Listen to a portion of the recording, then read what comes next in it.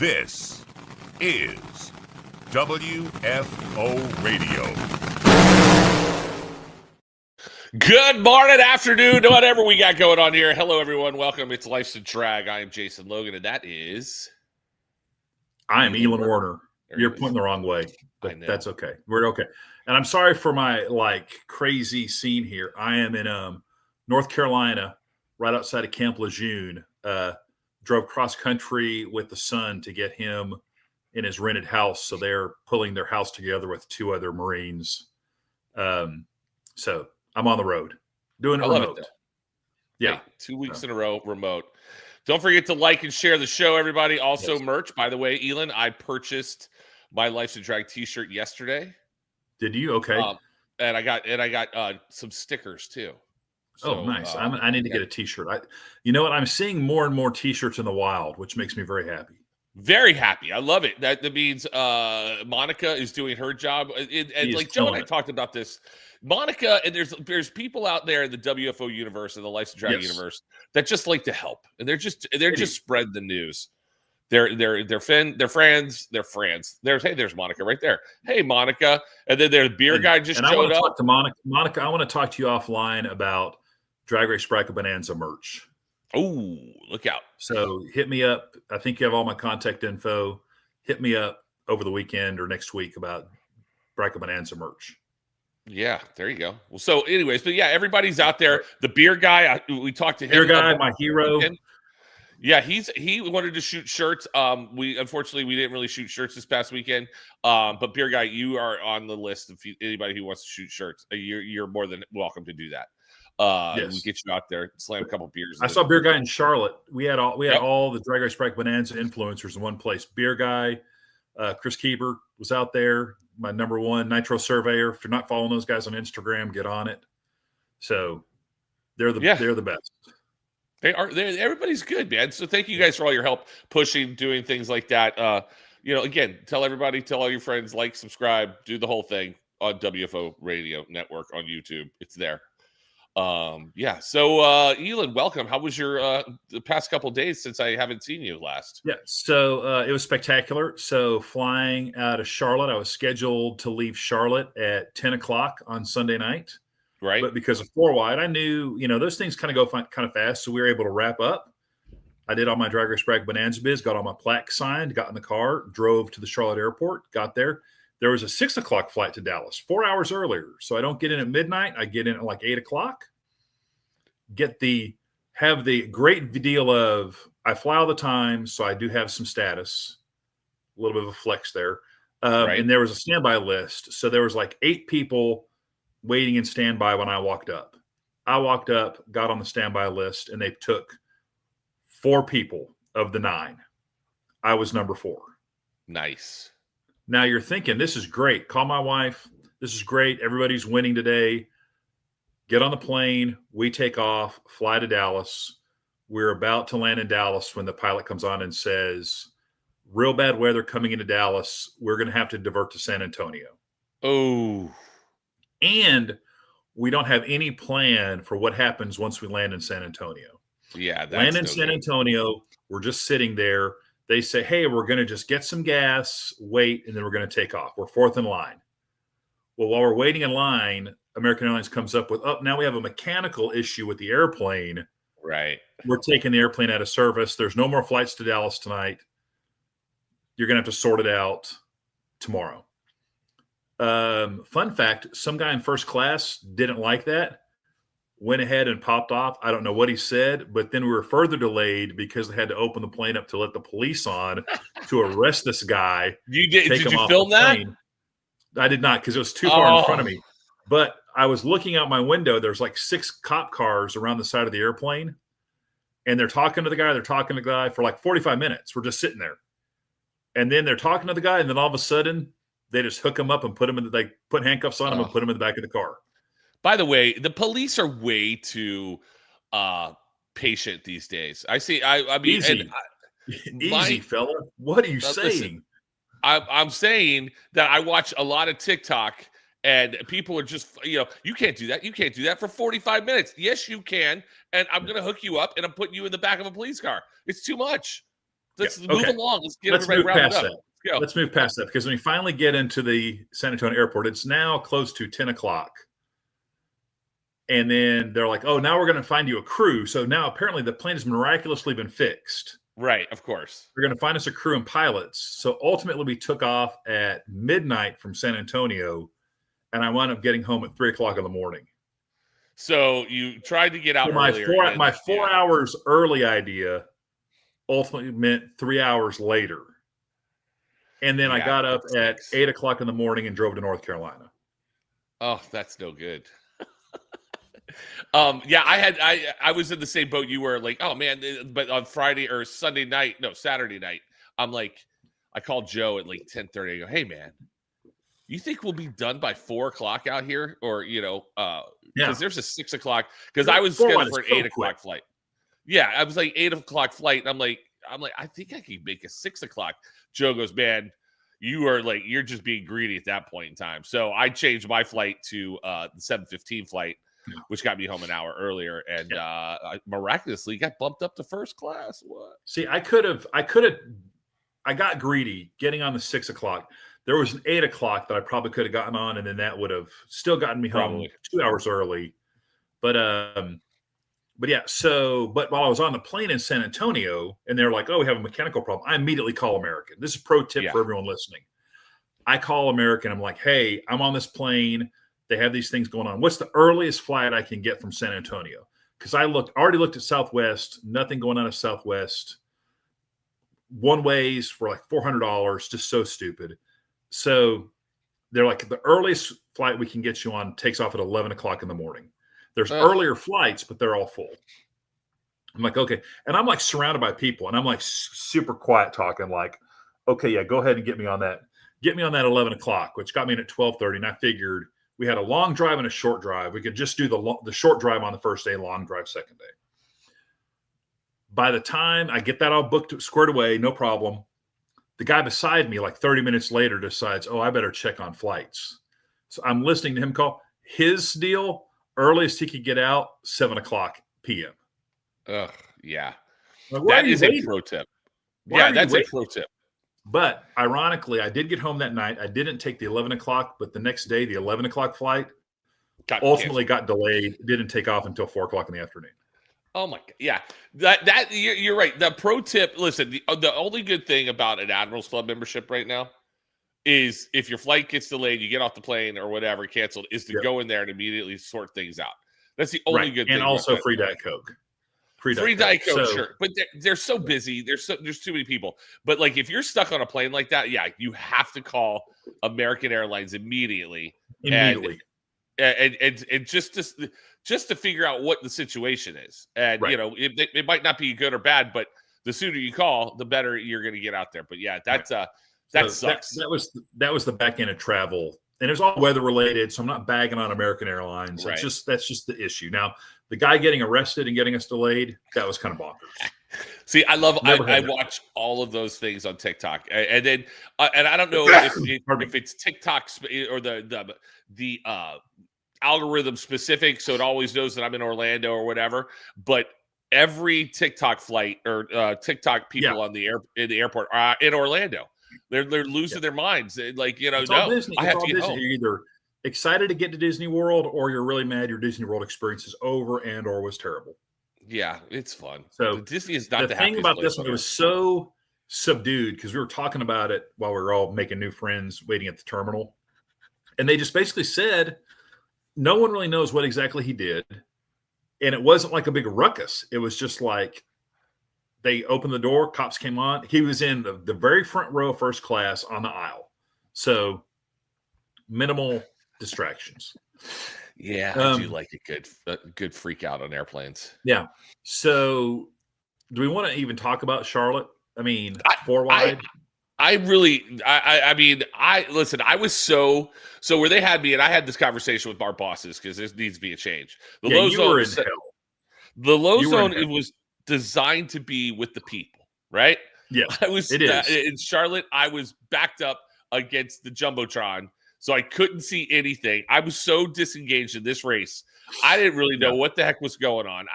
While I'm waiting, I'm surfing the internet. I couldn't. It's just hard when I can't see the big screen to do anything. So yeah, I was just. I mean, I guess the race was good. I was there. I will say that the highlight of the weekend was it Friday night? We all met in the courtyard in the Hilton bar. Me, you, Joe, and Galvin. Yep. Yeah, that was the highlight because you came in and you looked so beaten down. I was destroyed. And then your boss showed up and I bought him a drink and you guys had a little confab down there between you and Galvin and your boss. Right. And Joe and I were there just giggling because it was just like, hey man, I know it's a bad deal. It was just you just looked so defeated, like you're the most positive person ever. And you kind of came in there and you were just like, this is so effing stupid. Where I am is so dumb. Why am I even here? No one cares. We've done the big Friday night mega cast and you hadn't even really been involved in that. And it was really cool. And we were all just like, the beer guy knows. The beer guy, Jason, looked so sad the whole time. Yeah. He was there. He goes, dude, are you all right? I'm like, I'm not doing anything. Yeah. So and that's the word. I mean, you want to be busy because it's the worst to not have anything to do. Right. So I'll give you my schedule. So on Friday, I knew going into it. So we've been doing this thing the past year, going live on social media on Friday nights. When that happens, the megacast, which is awesome. If you haven't watched it on YouTube, you really need to watch it because it'll kind of make you go, maybe I should think about .tv. Or maybe they're doing some good things over there. So it's really good. But when that happens, I do absolutely nothing because they can't have popular music on YouTube or they'll shut it down. Okay, Jason, you don't have to work around. But I get there at 9 a.m. or I'm there to work at 9 a.m. At the Yes program on Friday. Then Hannah wasn't there, so I worked the stage. I had 2 interviews on the stage during the day. Thank God we had 2 rounds on Saturday. So I worked the first round. That's fine. I'm there, but I'm just kind of off in no man's land. Then the second round, I'm really in no man's land because there's nothing to do. And so I'm just like, I was just kind of defeated. And I told somebody, I go, man, there are days I will run through a brick wall for this company. And I just get so fired up. And I'm like, man, I'm so happy to be here. Let's go, man.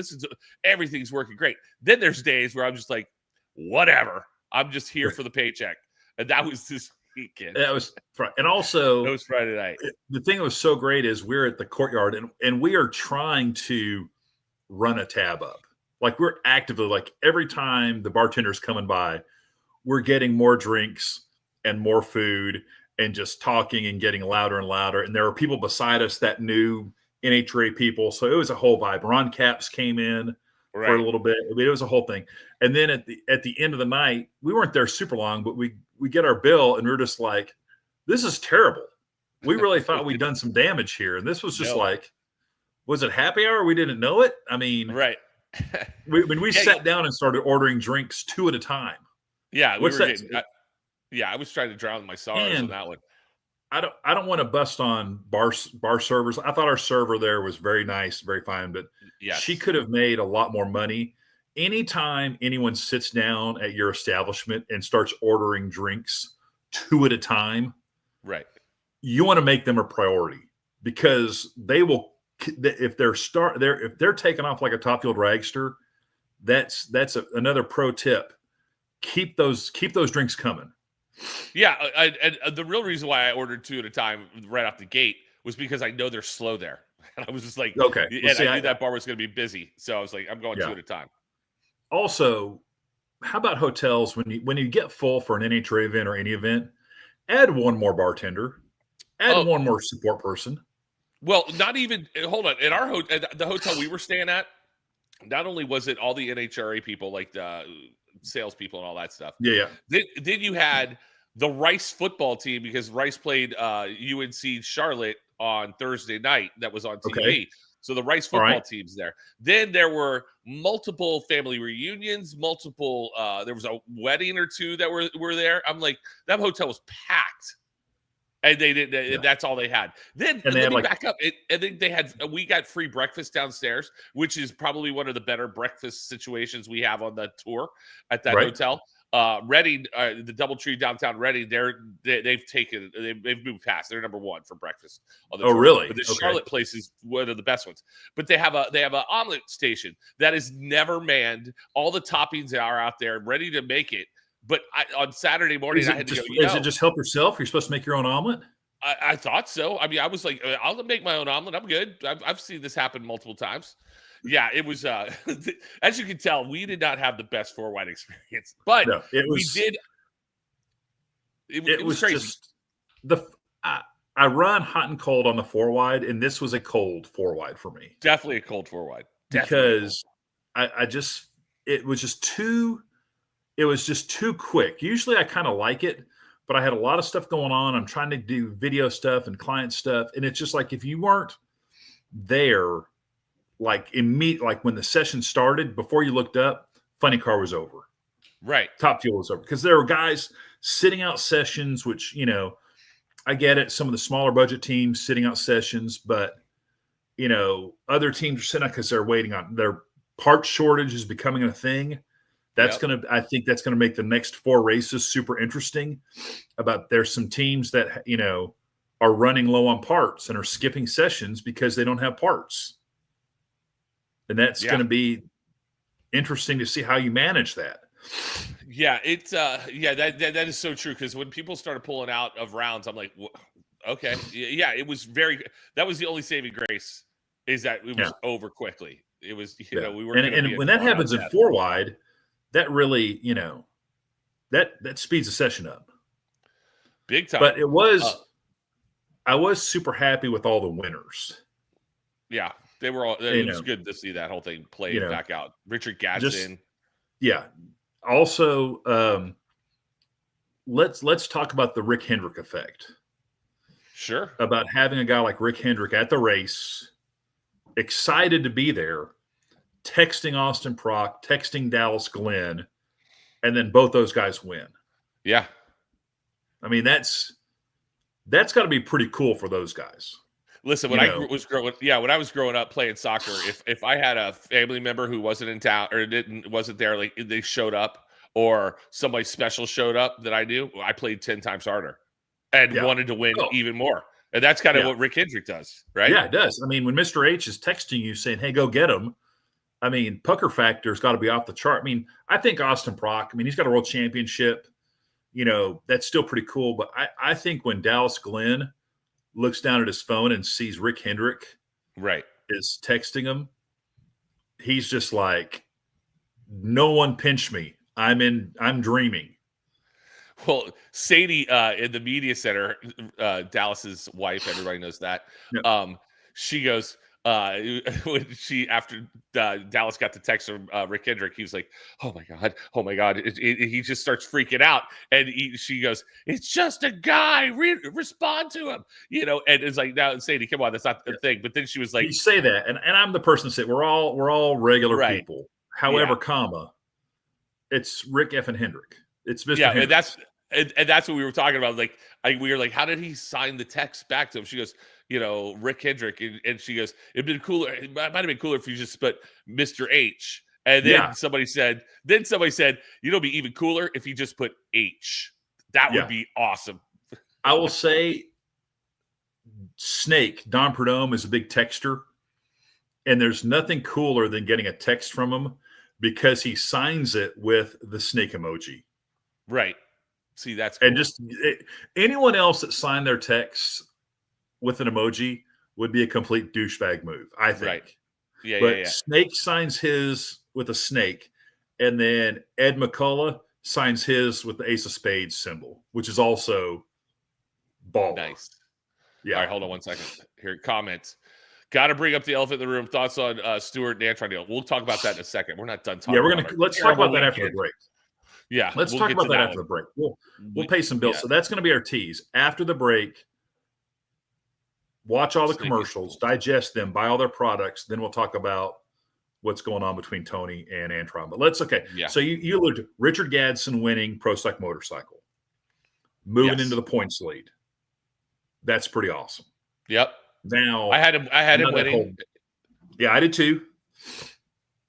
I had him winning. I had Dallas winning. The problem is my bracket bonanza. I had the right people winning. It's just second round. They were the only ones to just get getting their garbage. Yeah, terrible. Same deal. I had picked a Greg Erica win runner up, and Dallas was in the mix, and then so funny car, Austin, Top Fuel, Justin Ashley. Come on.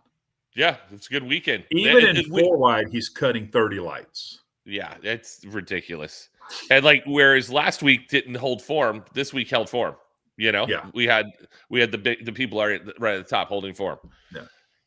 So yeah, but yeah, it was good. It was fun. Joe found a what we called a hidden gym to eat at. Did he call you on Saturday night to watch football with us? No. He called me, but I was already done for the day. Oh, okay. Well, I had a big bag of McDonald's, and I was watching the Mizzou football game. Gotcha. What hidden gym did he find? How bad am I going to feel about this? We went to the Speedway Club, which is across the street over at the Circle Track. Yep. Have you been there before? Yes. So this was our first time going, and we went Thursday night, or we went Friday night and Saturday night. No, Thursday night. When did we go?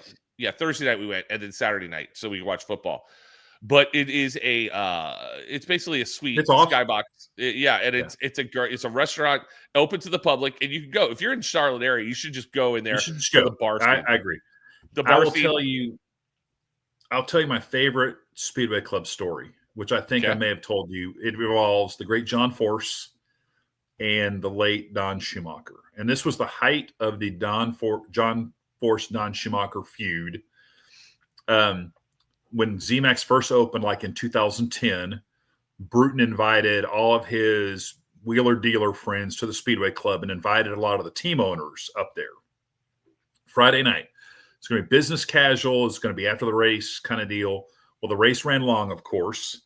So Force went, but he basically had on his dark jeans and a clean Castrol GTX shirt.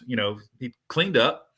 But we come off the elevator and we walk in the Speedway Club, and Don Schumacher sitting there at the bar and kind of gives Force the full head to toe, judgy.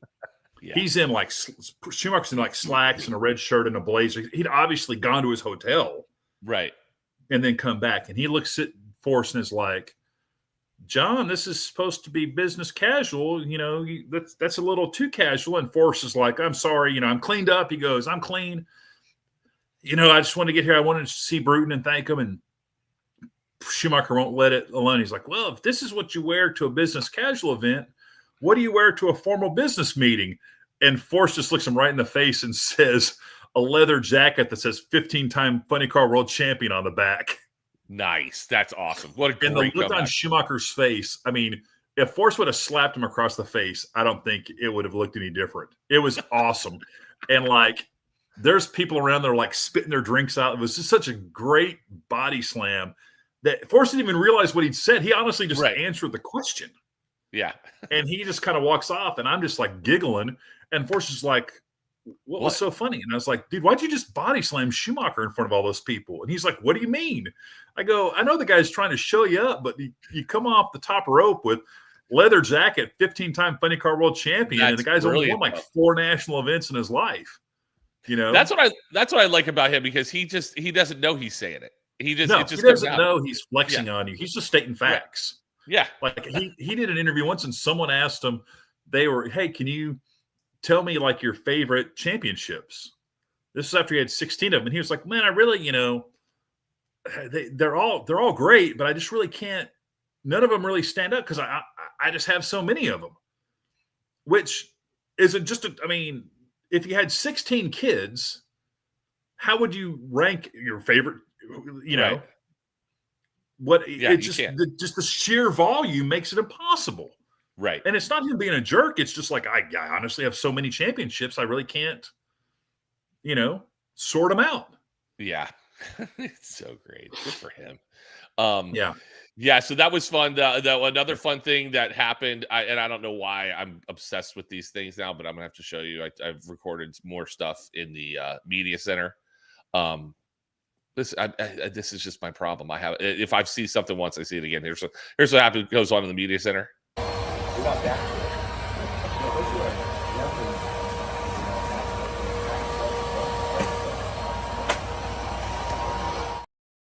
Now that's a pro vacuum work. That guy actually left there like the Jetsons and flew over to Charlotte Motor Speedway and started vacuuming there.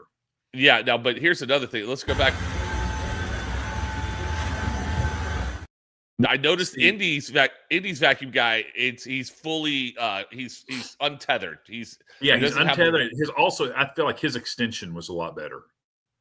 He had much better upper body extension. Right, and this guy.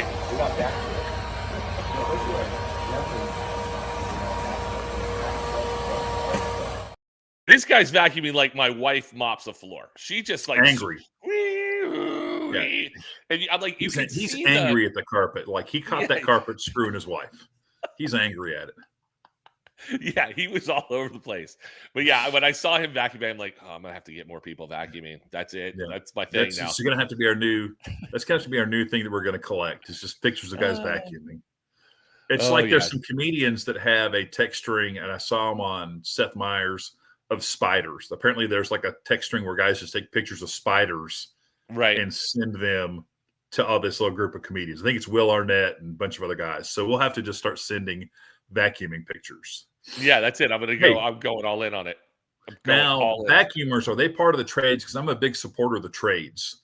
Welders, plumbers. I don't know if they're unionized. Vacuumers, are they trade? Is that part of the trade? Or is there vacuum cleaning as union? I don't know. There's got to be a union. I mean, there has to be an association for them easily. Sure. I don't know if they're unionized, but listen, I mean, all power to the workers out there. Yeah, exactly. I feel if I could wear that backpack thing, I would like to vacuum. Or the guy who's doing your lawn with the who's got the backpack with the blower on it. That's the job I want to do on the road crew. I want to get the job. I'm not sure which Skag lawnmower. It's the one that you stand on. Oh, yeah. Has the platform, but not the big one. There's like a smaller one. Right. Like, and that thing, I saw a guy in my neighborhood had one of the lawn guys, his big Skag guy. Right. And dust sucker local 505. Nice work race guitar. Go see accounting and take an extra 20 out of petty cash for that. That was good. But the guy that has the stand-up lawnmower, this guy was just flying around one of my neighbor's yards. And that to me that's space age technology. Yeah. I think it might be an attachment maybe they throw on the back of that thing, but yeah, those things are very cool. Like here in Florida, we have Dixie Chopper, which is the fastest lawnmower on the planet. But yeah, they're all over the place. I enjoy road crews and the people cutting of grass. Yeah. But all right, let's pay some bills. We'll talk real racing next. Pay some bills. We're going to come back and talk about the controversy and what else is going on in NHRA. Yeah, let me find my commercials here. Here we go. Bye. Drag racing fans, check out Drag Race Bracket Bonanza. It's the free, family-friendly fantasy bracket game. Now, after final qualifying at every national event, you can fill out your bracket for all the pro classes. It's free, easy to click on your picks. If you need some help, just hit the randomizer button to fill in the blanks. It's for fun, stay engaged, and pick your winners today. Looking to replace your OEM diesel particulate filter or diesel oxidation catalyst? Look no further than DPF X-Fit, a complete line of aftermarket diesel particulate filters and diesel oxidation catalyst designed as an exact fit OEM replacement with all makes coverage for light, medium, and heavy-duty trucks. With thousands of units in stock, we ship the same or next day, and be sure to check out our comprehensive reverse OEM lookup tool. Always new, never remanufactured. For more information, be sure to visit dpfxfit.com. That's dpfxfit.com. The number one source of friction in your engine is not what you think. Piston rings rubbing against the cylinder walls generate more friction than any other part of the engine. More friction and temperature means more wear and less horsepower. Fortunately, the team at Total Seal knows how to reduce friction and wear through innovative piston ring design. If it takes a piston, Total Seal can build a better ring. Redline oil, formulated to win, proven by me. Redline oil, formulated to win. Formulated to win. Formulated to win, proven by me.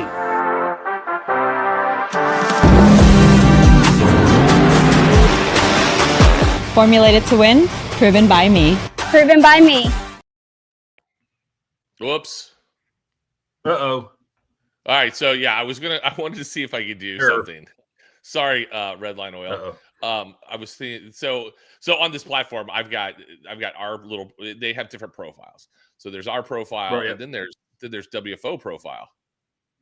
You still hear me? I still hear you. I'm looking at this, and I was trying to find. I wanted to see if Joe had a spot for one of my favorite products. I hear him talk about it all the time. But the SoCal hot sauce stuff, are you familiar with this? Oh, yeah. So I use that stuff on everything. It is so good. And the SoCal stuff, I used the avocado hot sauce. And my wife had leftover steak tacos that they go. It was Taco Tuesday, obviously, or today's Taco Tuesday. No, today's Wednesday. Sorry, I'm all lost. And so she goes, "There's the taco in the fridge if you want it." I put the sauce on it. Oh my god, it was so good. So SoCal hot sauce is Rodex. The Rodex coffee people, they also do hot sauce. I love they it. Also have some strong hot sauce. Okay. Yeah.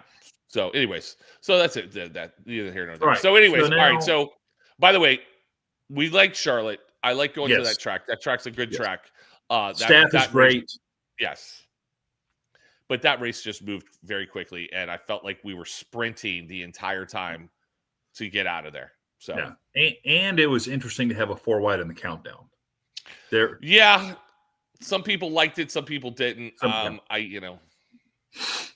The way it could have gone sideways would have been, I think the people that won the race pretty much finished first most of their previous quads. Yeah. Where it would have been sideways would have been if you'd had a situation where the guy that finished second in the first 2 quads ultimately beat the guy or gal in the last quad to win the race and gets that's a 40-point swing in that final. Yeah. Well, and then was it Justin Ashley who had the triple hole shot? Triple hole shot. Yeah, it's stupid. Yeah, first top fuel triple hole shot. Tasca had the first funny car triple hole shot in Vegas. But that's pretty strong. And Pro Stock was crazy too. Also, Race Guitar really is earning his commenter of the race because that Pro Mod final quad was all the things that are wrong with 4 wide racing. Yes. And and here's the thing too. On the back end, we are in a TV window. At 3:30, we need to be done. Pro Mod final goes down the track. And we're like, oh, wait a second. We got to figure out who's winning what. Did he go across the center line? What? Guys roll through the beams, time out. And then the only guy that took the tree really red lit and then almost crossed the center line. Right. So they have to stop to see if the guy crossed the center line. And I'm just like, I don't care if he crossed. The guy was the only one that left even close to the right. I mean, yeah. I don't know. If he would have hit the center line, I don't even know who they would have crowned the winner. Oh, we'd still be talking about trying to figure out who that was. Yeah, but it was his first win, and just what a way to get your first win. But to have to wait up at the top end. Right. To be like, okay, we think you won, but I think it was Billy Banoik or something who was just Banica. Danica. Well, yeah. Well, and so he had to wait at the top end for that. But then we interviewed him at Winner's Circle, and so at Winner's Circle we do Top Fuel, Funny Car, Pro Stock Bike, and and that's for. I'm not even going to go into the reason why that is, but that's the way we do it. And then Billy Banica gets in there, and so he's the last one. So all the Skag people. So on Sunday out there wasn't a lot of people. I mean, it was good. There were a lot of people, but it was hot. They wanted to get out of there. So Winner's Circle, Virginia. Yeah, when the last car hit the finish line, people just left. They were gone. Yeah, it's like we got to beat the traffic out. So the majority of the people that were there to see Justin Ashley, the Skag car. So all the Skag people show up. So as soon as he's done with his interview, people start leaving. So when Billy Banneker got up there to say something, it was like there was 10 people there. It was like I felt bad for the guy, but yeah, that's just kind of the way it happens. But here's my deal. Also, do you care? You won. I don't care if there's no one there. It's like Forrest winning his first race in Canada on Monday. No one's at the top end. There's like 2 drunk Canadians up there with him, and he doesn't care. Yeah. Finally, Yeah. All right. Some people do get upset with that stuff, but anyways. Yeah. All right, so here we go. What's going on between Tony and Antron? Okay. First off, I'm going to preface this by I'm not that smart enough to know all the things that are going on with everything. Also me. Yeah, but I saw the Amanda interview with Tony, and I'm like, oh, this is going to get good. This will be fun. So why don't you try and explain to everybody the best you can what's happening? Okay, as I understand it, without I don't want to get sued. I don't want to cast aspersions, but apparently in Reading during Q4, there was something going on with Tony's Top Fuel dragster that basically caused the Q4 run to get disqualified. Okay. Now, the way that I know that is only because I do point projections and I keep track of points. And on Sunday when I was doing them, my points were off. Tony had 1 extra point and Steve Torrance had 1 fewer point. And then I went back and looked and I was like, how did I mess this up? Because I went back and looked and there wasn't really any kind of correction on Drag Race Central or anything. So ultimately I realized, I asked somebody and they're like, oh, his Q4 run was disqualified. Tech threw it out. And that's no big deal. And that happens for fuel. Any number of things can happen. But there was like no explanation. And usually there is an explanation. When earlier in the year, when Erica had issues, big, long explanation from NHRA. When Antron and Clay Milliken had rear wing issues, very public, hey, they had the wrong degree in their rear wing, they lost their run or whatever. Don't do that again. Right. There was nothing about that publicly stated about why Tony Stewart's run was tossed out. And Antron brought that up on national TV of like, hey, there's stuff going on that racers are hearing about, but it's not really being publicized. So, and it's Tony Stewart Racing, and it just rubbed him the wrong way because he had been publicly, pointed out as getting in the gray area. Right. And that's what we're talking about. There's this gray area with the rules, and people interpret the rules a certain way. And then there's a clarification that the NHRA sent out on NHRAracer.com, I think. And then there was a further clarification of the rule book. So Amanda goes and talks to Tony, and Tony gives what I think is basically the quintessential racer answer of. Yeah, he gave. It was so like, I've been doing this for 30 years. Guess what? Here comes the answer that no one really wants to hear, but I'm going to give it to you anyways.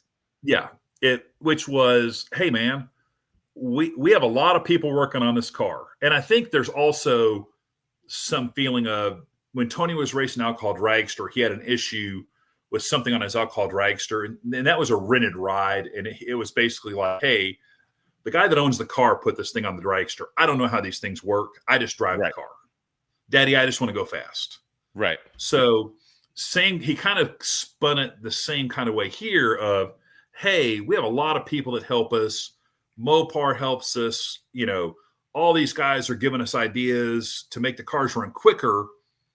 And, we're going to do everything we can to go quicker and win races. And there's some gray area.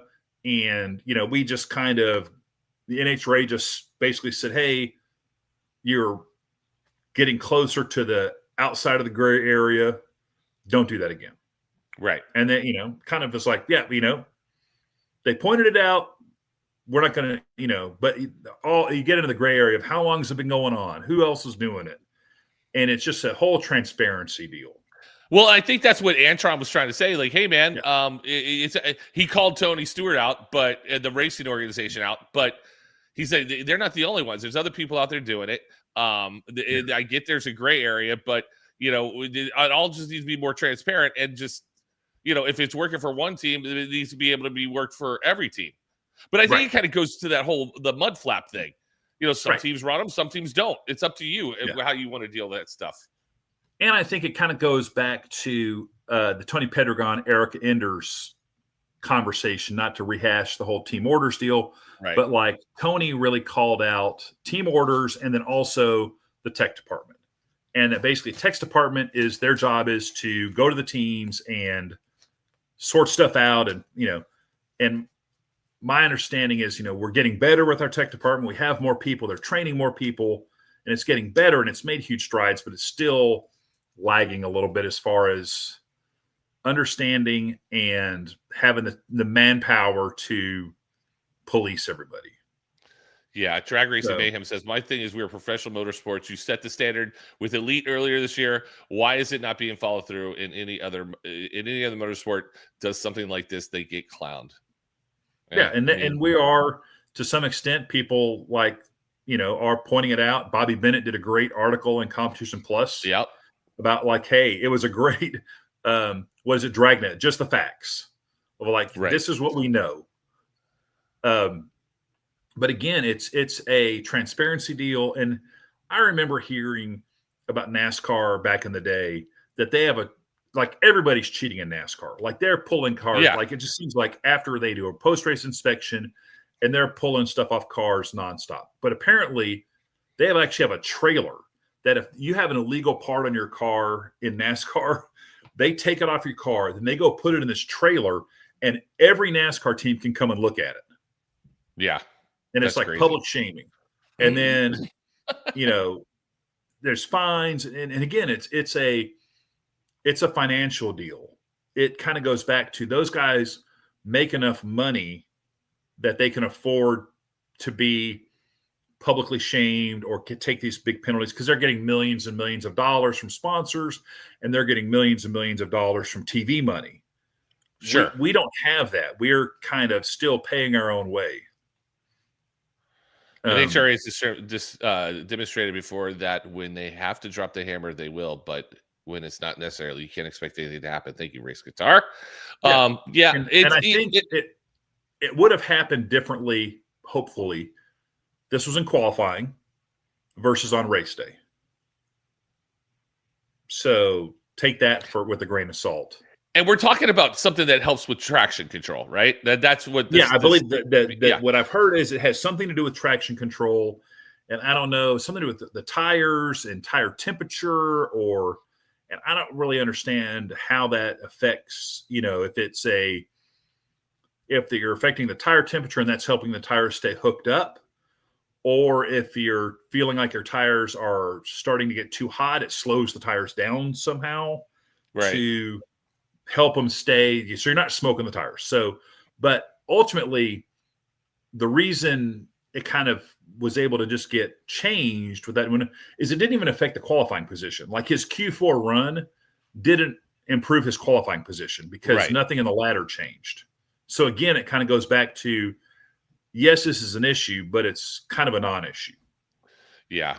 Drag race. You can't enforce the rules differently on qualifying and race. Yeah, I get that. You're right. You're 1,000% right.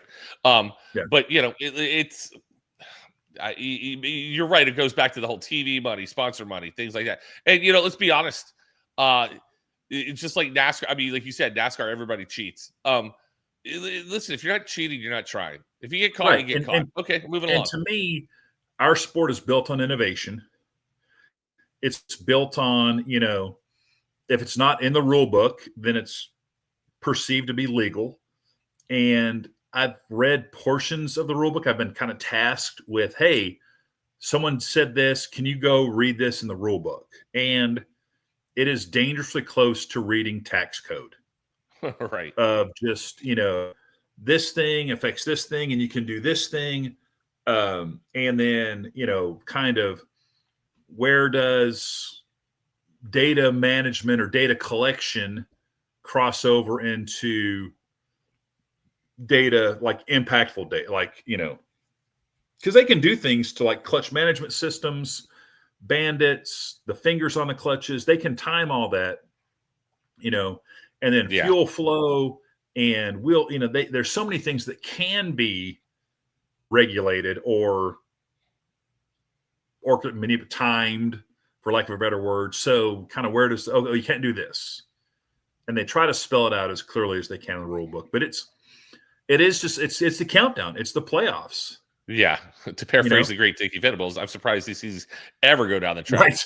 I agree. Yeah. Well, and here's something else too. So smaller elite can afford to be shamed, but Tony Stewart Racing can't. First off, I would venture to say Elite's just as big as Tony Stewart. Yes. Tony Stewart's just got a bigger name than Erica. But listen, that's it. It's the playoffs, and everybody's up, and with Top Fuel being as close as it is, with all these races being as close as they are. One little thing is going to set people off, and they're gonna, hey man, you're cheating. You put too much tire pressure in there. They're gonna freak out because they all want to win the world championship. I get it. Yeah. But every race we start out the countdown. We're all in a swimming pool, and there's a thin layer of gasoline on the bottom of the pool. With every race, we're adding 6 inches of gasoline, and we're all and basically everyone is just smoking while we're standing there. And all we're waiting on is just one guy. Every race, it's like the gas gets higher and we're still, the ashes are getting longer.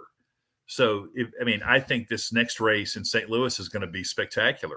It's going to be awesome because at this race, we're going back to racing like normally, and it is going to be, someone's going to be out. They're going to be, see you later, goodbye. Thanks for the effort. Yep. You're done. Yeah, you're done. This is if you don't get into like top 7, you're probably not going to win the championship. But if you can get into 7 or 6, then it's going to make and also the car. Ron Capps blew a body to smithereens. Matt Hagan cracked another one. We saw like a couple guys blew, like who was racing Doug when they blew their supercharger off? Was it Milliken? Milliken was racing. The supercharger comes off, hit his rear wing.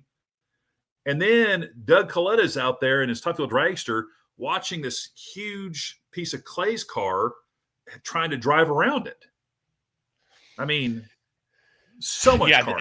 They are really going. They're pushing these things to the edge. I will say that. Yeah.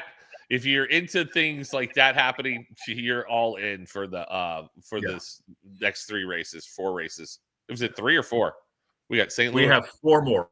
We have St. Louis, and then off weekend, which is really the beginning of the Stampede of Speed, Fall Nationals, and then Vegas and Pomona. Yeah. Oh, so crazy how it's all almost to the end.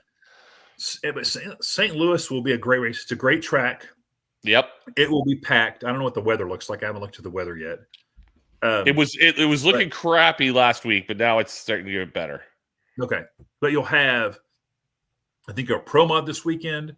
You'll have FlexJet Factory Stock Showdown, their last race of the year. Mark Powick most likely will go back-to-back as FlexJet Factory Stock Showdown world champion. Good for the Cowboy. And, so it'll be a jam-packed weekend. Get TJ Zizzo back. Return to TJ Zizzo. They're doing like some kind of barbecue contest somewhere.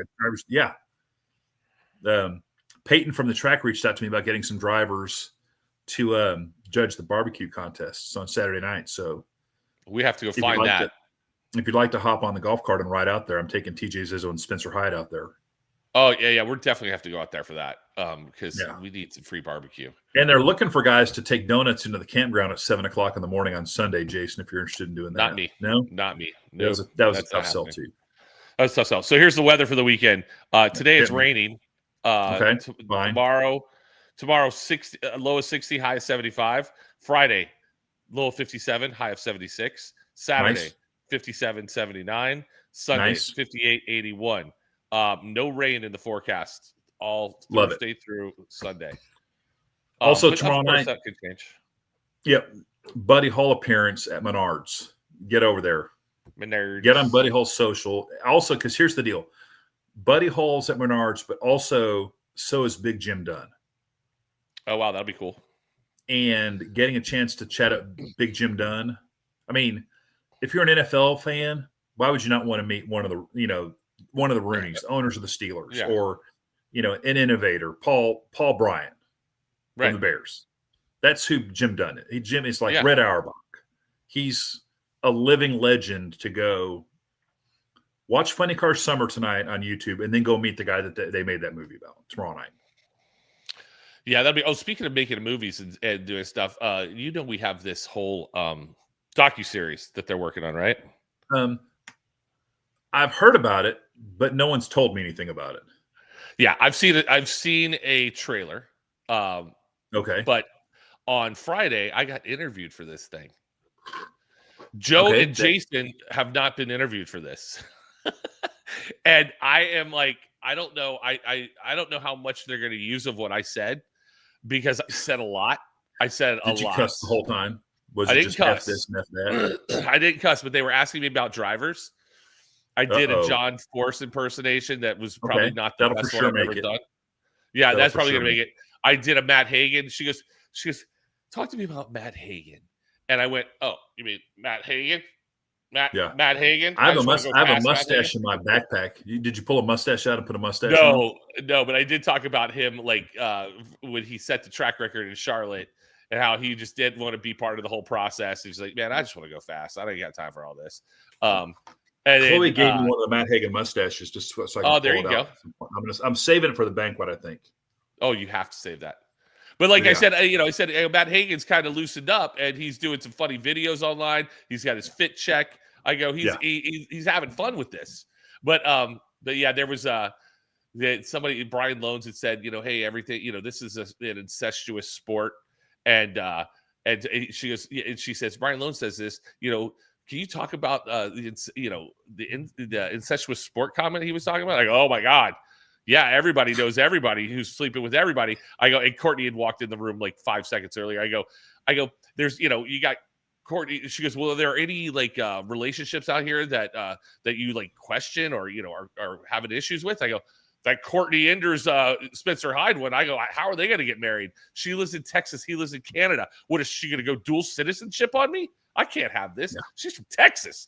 And so I just was going off on that one. She's putting her Texas card in play if she moves to Canada. That's going to be a tough one. It's going to be a tough one. I mean, was she going to get a Canada? Is she going to take off a tattooed on her neck like she has on a Texas state, But yeah, so I don't know how much they're going to use, because I kind of was myself. They're like, listen, we just want you to be yourself on this. I go, okay. Okay, be careful what you ask for. Yeah, I'll be myself. I walked in. I go, what are you guys going to ask me? Oh, we got questions. I go, because I brought a blowtorch. I'm ready to blow this whole thing up. I'm ready to set the world on fire in here. Yeah. So, but yeah. So look for that. But doing stuff like that, you'll see the Motorplex is rolling out all kinds of social. We did a media day earlier this year, and we got the drivers to sit down.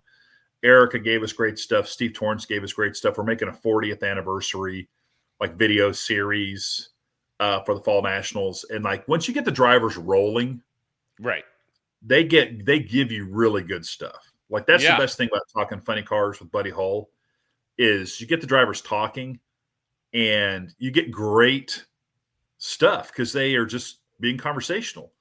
Well, it's funny too, because I'm one that doesn't really like dead air. I'll let it sit there for a minute, but like in front of the camera. I mean, it was a photo. It was a full on TV shoot in this room with a real producer, no NHRA people there. It was like an off crew people, whatever.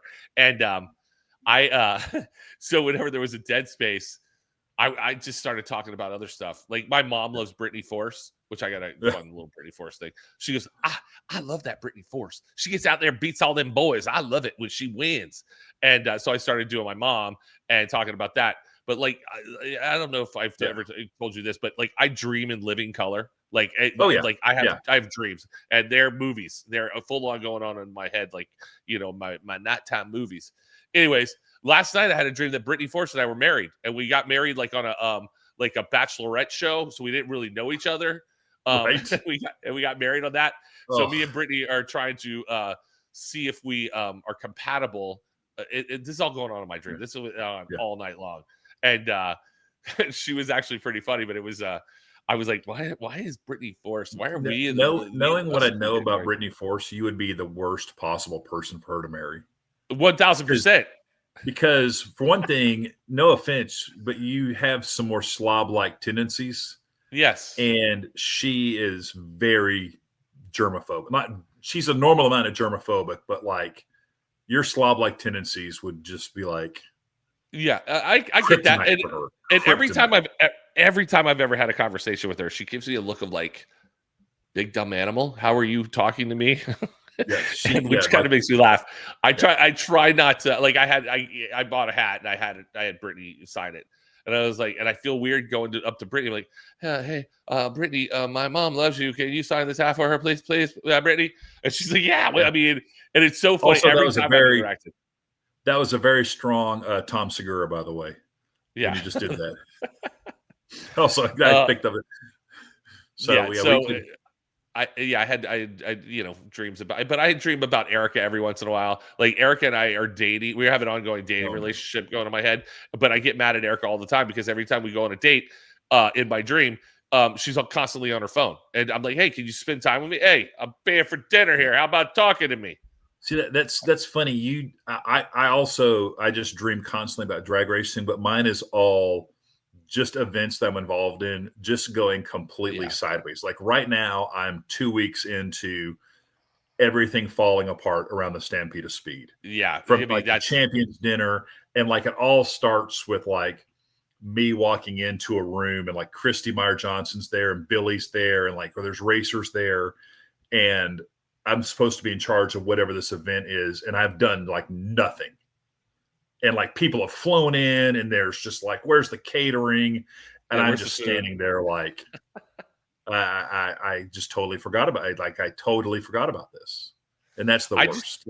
I did an event a couple weeks ago and it was a charity event, but it was at a bowling alley, like kind of like a Splitsville type thing, with food, bar, the whole 9 yards. Anyways, the quote unquote, the power went out in the back. And I was like, so the whole point is there was no food. There was supposed to be a buffet. Just everyone start eating all the ice cream before it melts. Yeah. And it was, but there was no food that came out. And it was like, and some guy was like, the president of the thing said, hey guys, so sorry. He actually made it better where people are like, whatever, forget your food. We don't care about that. We're just here to raise money. But people were getting hungry and people were like, yo, what's going on? And I said to one of the other guys, I go, I guarantee you this place forgot that they had an afternoon charity event and didn't order the food. And sure enough, I found out later that's what happened. Yeah, see, that's bonkers. Yeah, so we're going to start a full run of shameless plugs for things that are coming up. Let's go. Tonight, talking funny cars with Buddy Hull, 8 o'clock Eastern, 8 o'clock Pacific on the Fast Channel, Roku, Tubi. Buddy Hull with Spencer Hyde. Fantastic. That'll be good. That'll be really good. Tomorrow night, Menard's appearance in St. Louis for Buddy Hull. I'll be there too. But Buddy Hull and Jim Dunn. St. Louis race, and then come back for Stampede of Speed. Country Western concert next weekend. Beer Expo. We have 15 breweries at the Beer Expo. I'm in charge of that. It's going to be awesome. And then we go right into the race in 2 weeks. Champions Dinner, Fan Fest on Thursday night before the race. I just did my count. Over 60 Mission Food drivers and motorcyclists. Wow. I believe we have everybody that's on the entry list with the exception of like 4 or 5 guys. Plus all the Jegs All-Stars. Did you Beer Expo, you say? Beer guy, you got to get out to the Stampede. Yeah, you got to get out there. So we have 15 breweries. The way it works, Beer Expo, is we go Saturday and Sunday the concert from 1 until 5. Every ticket gets a passport, and you can get 8 3-ounce pours from the breweries. And then you can buy an extra passport for $10 and get more beer. Nice. And it's spectacular. And like the breweries, like they overpour. We don't really monitor. Right. We make sure everyone's 21 and all, but it's amazing. It's like just basically my own little beer party from 1 until 5 on Saturday and Sunday. And we have like craft brews. It runs the gamut from craft brews to Mike's Hard Lemonade has specialty drinks out there and Monster drink. I mean, it's pretty spectacular. And then have you finalized the Champions Dinner menu yet? Yes. It is. There's the Pro Stock guys got to pick the entrees. So Jeg wanted beef tenderloin and Gage wanted like a chicken primavera, and then plus the sides, and then the desserts are red velvet cake and carrot cake.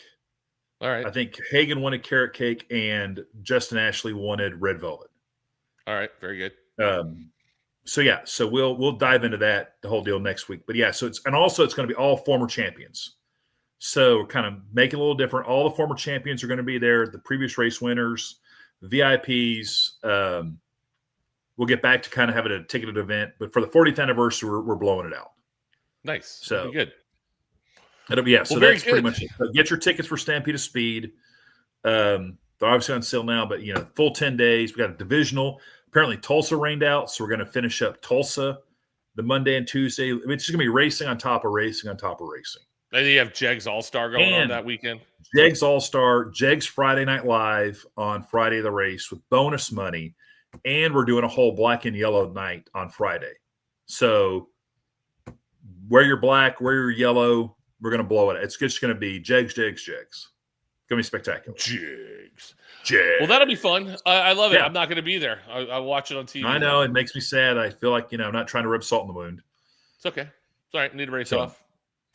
Right. Where are you staying in St. Louis? Are you downtown in St. Louis? Or are you?